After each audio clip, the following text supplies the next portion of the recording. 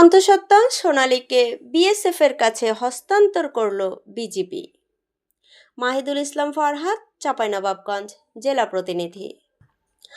ভারতীয় হাইকমিশনের অনুরোধে ও স্বরাষ্ট্র মন্ত্রণালয়ের নির্দেশনায় অমানবিক পুশিনের শিকার অন্তঃসত্ত্বা সোনালী খাতুন ও তার ৮ বছরের সন্তানকে সোনা মসজিদ সীমান্তে বিএসএফের কাছে হস্তান্তর করেছে বিজিবি। শুক্রবার সন্ধ্যায় পতাকা বৈঠকের মাধ্যমে তাদের নিরাপদে হস্তান্তর করেন ৫৯ বিজিবির অধিনায়ক লেফটেন্যান্ট কর্নেল গোলাম কিবরিয়া।